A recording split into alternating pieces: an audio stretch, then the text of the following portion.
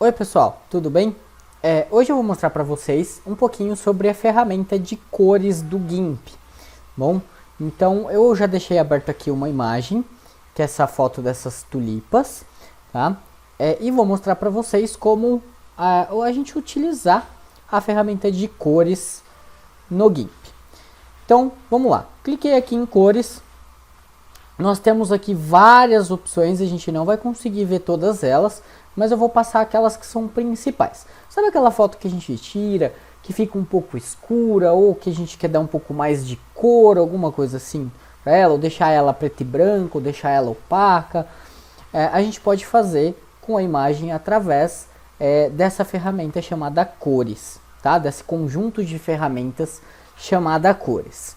Bom, primeira coisa que a gente vai ver dentro dessa ferramenta de cores é a saturação. Então vejam, quando eu cliquei aqui em saturação, abriu uma janela flutuante, do qual a gente vai escolher as opções sobre a saturação. Então aqui dentro da escala, nós vamos escolher qual a intensidade de saturação, para cima ou para baixo. Então, se eu escolher uma saturação para cima, eu vou transformar a minha foto com cores mais vivas, com cores mais chamativas. Só que ela vai ficar muito visível que ela foi alterada.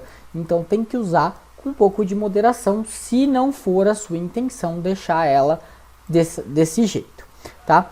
Se eu segurar clicado aqui e puxar para baixo, eu vou adicionar tons de cinza na imagem. Ou seja, eu vou deixar ela mais para o preto e branco. Se eu tirar toda a saturação, a imagem ela vai ficar praticamente em preto e branco. Então aí vai da sua necessidade, daquilo que você vai querer trabalhar na sua foto. Uma outra coisa que a gente pode fazer é alterar aqui a opacidade dessa saturação que a gente mexeu. Então eu posso aumentar bastante a saturação e diminuir a opacidade. Então vou dar uma boa puxada de cor, né, para a imagem, porém eu vou tirar a opacidade dela. Isso a gente vai ver um pouco mais sobre essa opacidade dessas modificações quando a gente começar a trabalhar com camadas, sobreposições de imagens. Quando a gente começar a trabalhar com máscaras também, a gente vai conseguir ver bem legal essa opção de opacidade. Aqui na parte de baixo nós temos uma opção de pré-visualização, que significa que eu estou vendo em tempo real aquilo que eu estou alterando. Se eu deixar desmarcado, ele não vai me mostrar aquilo que eu estou alterando. Tá? Deixa eu abrir aqui o Zoom It para eu conseguir puxar quando necessário. Ó, então tá aqui. Tá? Então, se eu clicar em pré-visualização, eu vou ver aquilo que vai acontecer em tempo real. Uma outra opção bacana é esse Split View. Que significa isso? Que eu tenho, ele divide a imagem pela metade, e aí de um lado ele mostra a imagem alterada, e do outro lado ele mostra a imagem original. E aí eu posso puxar isso daqui, ó, posiciono o mouse no meio, ele vai virar essa cruz, né, com uma mãozinha. E aí eu posso puxar para um lado e para o outro para ver a diferença. Isso daqui é muito bacana porque eu consigo ter uma noção real, ó, puxando como se fosse uma cortina da modificação daquilo que eu fiz. Tá? Então é claro que o pré-visualização precisa estar ligado para eu ter essa opção do Split View. Bom, aqui nós temos outras maneiras, né, de fazer essas mudanças, né? Nativo, e aqui nós temos diversos modos, tá? Normal, dissolver, e aí a gente precisa aplicando novamente para verificar o que é cada um deles, tá? Então aqui, por exemplo, no apagar cores, eu tô tirando todas as cores da imagem, tá? Para baixo ou para cima. Então vai de você achar a sua melhor necessidade daquilo que você quer fazer. Tá? Já vou mostrar para vocês uma coisa que talvez seja interessante, que vocês já devem ter visto, que as pessoas colocam toda a imagem em preto e branco, mas apenas um pedaço dela fica colorido. Como que faz isso? Voltando um pouquinho naquela aula de seleção, Eu vou selecionar aqui a tesoura, que eu acho que vai ficar bacana pra gente selecionar aqui. Eu vou selecionar rapidinho, mesmo que não fique, pessoal, tá ficando bem ruim. Eu vou selecionar o laço mão livre mesmo. Eu vou selecionar rapidinho só pra gente não perder tempo. Lembrando que para mexer a imagem aqui, eu posso segurar o espaço, tá? E aí eu movimento a imagem. A foto ela não vai ficar muito bem recortada, porque eu tô fazendo bem rapidinho. Mas aí para quem quiser depois, faz um recorte bacana com essa ferramenta manual, ou pode fazer com aquelas automáticas também. Vai ficar essas bordas para trás, mas não tem problema. O importante é vocês entenderem como vai funcionar. Pronto, selecionei. E vejam, o que acontece? O que está selecionado na imagem? Essa rosa. Vocês podem ver que aqui do lado direito, nessas ferramentas, existe uma opção chamada editor de seleções. Então o que está em branco é o que está selecionado. O que está em preto é o que não está selecionado. Mas vejam, o que eu quero selecionar? O que eu quero deixar em preto e branco? É esta rosa. Se eu fizer esta alteração neste momento da saturação, eu vou aplicar somente a esta rosa, a esta tulipa, né? Mas não, minha intenção é fazer em todo o restante da foto, exceto ela, para chamar a atenção do locutor, do espectador para esta foto. Como eu posso fazer isso? Duas formas. Aqui na parte de selecionar, eu tenho a opção de inverter a seleção, ou seja, eu selecionei todo o restante menos ela. Ou Ctrl I, tá? E aí o Ctrl I inverte a seleção. A olho nu, parece que não alterou nada, né? Então quando eu estou selecionado a rosa nesse momento, eu estou selecionado todo o fundo, desculpa, e a rosa não, e a tulipa não. Se eu der um Ctrl I, vocês podem ver que nada que alterou. O que fica piscando, né, essa linha que fica piscando, ela está no mesmo lugar. Mas o que está sendo selecionado agora é a rosa. Se eu der um Ctrl I, a linha, a borda, o que divide a seleção é o mesmo lugar. A questão é que agora está selecionado o restante. Como eu faço para saber o que está selecionado? Aqui nessa ferramenta, tá? Eu clico aqui e consigo ver facilmente aquilo que está selecionado. Essa é uma forma, pessoal, de apagar os fundos. Eu posso vir aqui na borracha nesse momento e apagar o fundo. Por que está ficando em branco? Porque o meu plano de fundo é branco. Lembram-se disso, né? Mas não é essa a minha intenção. Tudo que eu fizer de alteração nesse momento, para qualquer coisa aqui, ó, dentro de filtros, que depois eu posso mostrar para vocês, tá? Vai acontecer só no que está selecionado. Aquilo que não está selecionado não acontece, tá? Esse é um outro efeito bacana de filtros, a gente vai ver depois, mas já adiantando, é para desfocar e deixar focado só aquele pedaço, para dar aquele efeito daquela foto de casamento, não sei o que, né? Então é bacana, a gente vai ver depois alguns filtros que a gente vai ver para melhorar ruído e assim por diante. Bom, qual que é a nossa intenção agora? Tirar toda a cor do restante da foto, exceto dessa tulipa aqui. Então a seleção já está feita, eu venho em saturação e eu vou diminuir a saturação toda. Olha que efeito bacana, rapidinho, coisa de 5 minutos, tá feito um efeito que vai deixar a sua foto muito mais interessante, muito mais bonita de ver, tá? Agora eu vou tirar toda a seleção, vou vir aqui em selecionar, nada, é a mesma coisa que o Ctrl Shift e o A, tá? O Ctrl A seleciona tudo, o Ctrl Shift A seleciona nada. Vejam, tá tudo preto, Ctrl A selecionou tudo, ficou tudo branco, ok? Então, ó, eu não consegui fazer um recorte legal pelo tempo que a gente tem, né? Mas vocês podem ver que olhando a foto de longe assim, já fica um efeito muito bacana, muito interessante.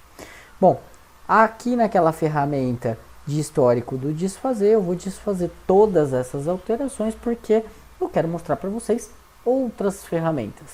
Vocês lembram? Já aconteceu com vocês de tirar uma foto e ela ficar um pouco escura porque faltou ali lembrando um pouco agora da palestra lá do Ricardo, né? Mas faltou um pouco de luminosidade, a gente não configurou a câmera de maneira correta, o obturador ficou muito rápido, o diafragma estava muito fechado. Como que eu faço então para fazer esse tipo de alteração aqui através do GIMP? Também aqui em cores nós temos as opções de exposição. Ele vai tentar fazer um controle como se a sua câmera tivesse ficado mais ou menos tempo tirando aquela foto, para aumentar ou diminuir um pouco a exposição, quanto tempo ficou tirando aquela foto. Como que eu vou fazer isso? Aqui, ó, nesta opção exposição, ela está em 0, eu posso ter exposição acima, exposição abaixo, e aí a foto vai ficar mais escura ou a foto vai ficar mais clara. O que eu acho que é importante a gente saber antes de alterar uma foto? Nós temos dois tipos de imagem, né? A imagem que ela é tratada, que por exemplo a JPEG, como eu já expliquei, ela faz um mapa de pixels e aí ela vai fazendo cálculos de cores, tá? Nesse caso, a gente vai ter um pouco menos de possibilidade de fazer essas alterações. E nós temos as fotos do tipo RAW, ou seja, ela não tem compressão nenhuma, só que ela fica muito grande, tá? Então, quando eu pego uma foto do tipo RAW, R-A-W, também chama, o correto de se pronunciar é RAW, eu tenho todas as possibilidades, eu tenho uma gama muito boa para fazer sem perder qualidade. Porém, o tamanho do arquivo é gigantesco, tá? Já quando eu trabalho com o JPEG, eu tenho uma compressão por ela guardar um mapa do bit, de bits, mas eu tenho menos capacidade de mexer nessas opções, de alterar essas opções. Portanto, pessoal, sempre que estiver trabalhando com uma foto JPEG, é importante a gente olhar aqui no imagem, propriedades da imagem, ou Alt Enter, e ver quanto maior a foto, melhor vai ser essas alterações. Se eu pegar uma foto de uma qualidade ruim, pouco talvez eu consiga mexer. Então eu tenho uma foto aqui, ó, essa foto flores.gif, que também é uma forma de compressão, né, o GIF. Ela é bem pequenininha. Então quando eu jogo ela aqui para o GIMP, não sei se ela vai abrir numa outra camada.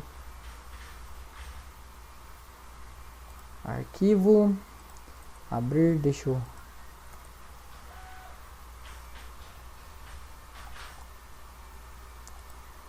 de 2 pontos, Drive, pessoal, aulas,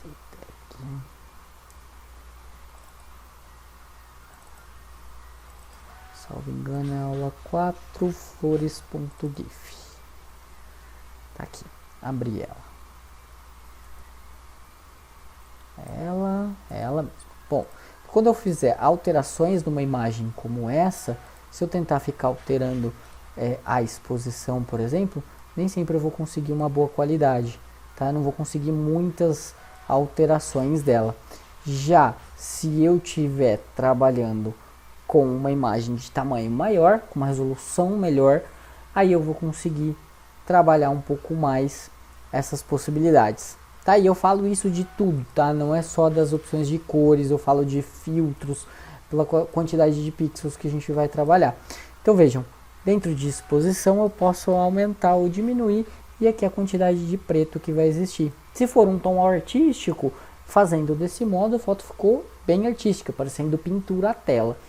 Do contrário, eu quero deixar ela mais escura, diminuir o nível de preto, ficou parecendo uma tela um pouco de tom dark, né? Parecendo aquele filme de terror, alguma coisa assim. Então tudo vai do artista que existe dentro de você.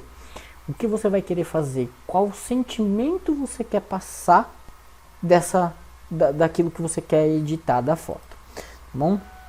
Bom, ainda assim, falando aqui de cores, nós temos, pessoal, deixa eu só achar aqui, brilho e contraste. Tá? Brilho e contraste, ele é muito importante, porque quanto mais brilho eu tiver, mais branco eu estou adicionando. Isso lembrando lá daquela parte teórica, tá? Quanto menos brilho tiver, menos branco eu vou colocar da imagem. Sabe aquelas fotos que a parte de cima fica o céu muito estourado, cheio de branco, mas a parte de baixo ela tá boa? A gente pode fazer uma seleção daquele pedaço do céu e diminuir o brilho. Tá? Então eu poderia pegar esse pedaço aqui do céu, vou fazer bem rapidinho, segurando o Shift para adicionar. Cadê minha ferramenta de seleção? Aqui. Adicionar a seleção.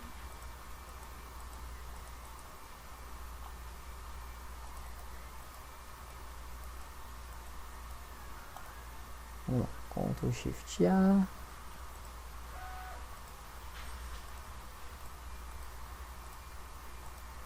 Selecionei.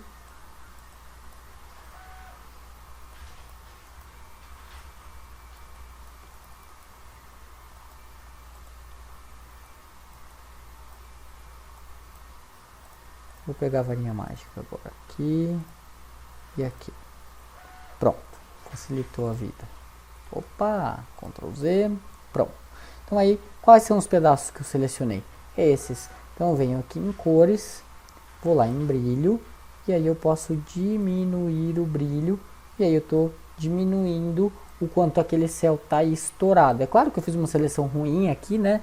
Mas se selecionar legal, fica bacana, ó. Posso selecionar também esses pedaços aqui, ó, junto, né? E fazendo algo bacana, tá? Então, voltando aqui cores, nós temos também, deixa eu dar um Ctrl Shift, voltando para a ferramenta de seleção, Ctrl Shift A. Quando eu não tenho nada selecionado, eu altero a foto toda. Então, voltando aqui em cores, nós temos também o contraste. O que é contraste? É a diferença de cores que existe. Então, por exemplo, aqui, quais são as cores que se contrastam? O verde com o vermelho, o azul também com o vermelho. Se eu tiver uma cor mais clara e uma cor mais escura, ó, a gente consegue delimitar muito bem. Isso daqui é um contraste que existe. Eu consigo saber que este objeto está na frente do outro. Então, eu posso diminuir ou aumentar o meu contraste dessa imagem, tá? Com essa mesma ferramenta, ajustar brilho e contraste, tá? Lembrando que tudo que eu estou fazendo, a gente pode adicionar uma seleção e fazer somente na seleção.